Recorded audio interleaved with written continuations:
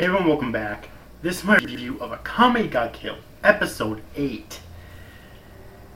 Bulat dying. Okay, obviously the highlight of the episode. Now, I'll be honest with you, I've been spoiled that Bulat died. I didn't mention any of my reviews yet, obviously, because it didn't happen yet. I didn't want to spoil it for anyone, but I have been spoiled by that. Of course, I wasn't told what chapter it was in, so I didn't know, I couldn't really estimate what episode it might be in. So I didn't know when it was going to happen, but 2 episodes right after Shaylee? Really? I mean, it didn't affect me as much as Shaylee, because Shaylee was my favorite character in the series, so it didn't really affect me as much as Shaylee. And it wasn't nearly as brutal as Shaylee either, because Bulat basically died. I mean, yeah, he was beat up a lot, but the cause of Bulat's death was that he was poisoned. He was poisoned by Lever's blood, essentially, because Lever injected something into his neck, not only enhancing his own abilities, but also poisoning his body. So it was basically a suicide death, because when Bulat struck Lever for the final time, Lever used his blood to attack.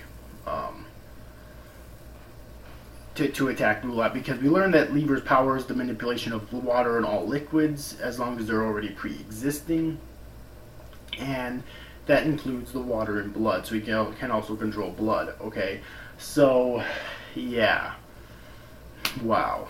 But, and so when Bulat was attacked by Lever's blood, Bulat was also poisoned. So they basically both died because of the poison, essentially.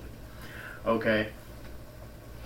So, yeah, but, so, like I said before, it didn't really affect me as much as Shaylee's death did, but still, like, they're killing off characters left, right, and center here. I'm getting the impression that among the protagonists, the only 2 characters that are truly safe from death are Akame and Tatsumi, because they're the two main characters. Actually, I don't know. The leader of Night Raid could possibly even be safe from death as well. Or, I mean, not safe from death as well. So really, the leader, Mine, who else? That one green hair or green suited guy, I don't remember what his name is. Leone, you know, any of them could possibly die next. You know, I mean, it's kind of a free game here at this point.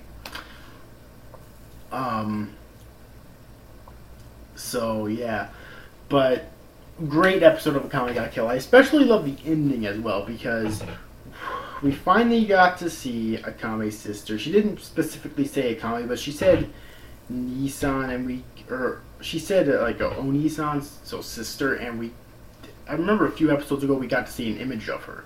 And also I do know who Akame's sister is. Yes, I've been spoiled on that too. I have to keep saying I've been spoiled on that because, as you know, I don't read the manga. I'm not going to read the manga until the anime is actually done. Okay. But, that being said though, lots of great things happen in this episode. The action as well. The action was so intense. Probably, I don't know if it's the best action. Actually, you know what? I'm going to say it's the best action I've seen in the series so far, in my opinion. Because it was just so fast-paced and intense. The animation looked outstanding. Probably the best animation in the series so far, too. They really went all out in terms of a budget with this fucking episode, okay? Really, my only major issue with it was that I wasn't really feeling it with Bulat's death. I mean, it's sad, sure. But, considering that I mean, I didn't hate Bulat, but he wasn't really one of my favorite characters, so I really think they could have done his death scene a little bit better, okay, for me to really get to feeling for his death, which unfortunately they didn't do for me, although I do have to admit that it was kind of sad. We're seeing characters drop like flies, man. I mean, there was only 2 episodes ago, episode 6, where Shaylee died. Again, she was my favorite character in the series, and still kind of is, even though she's dead.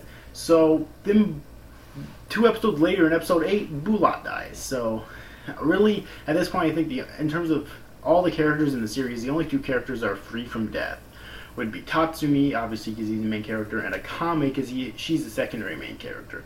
And I'd say once the series is about to come to a close, even Akame might not be free from death, but who knows, really.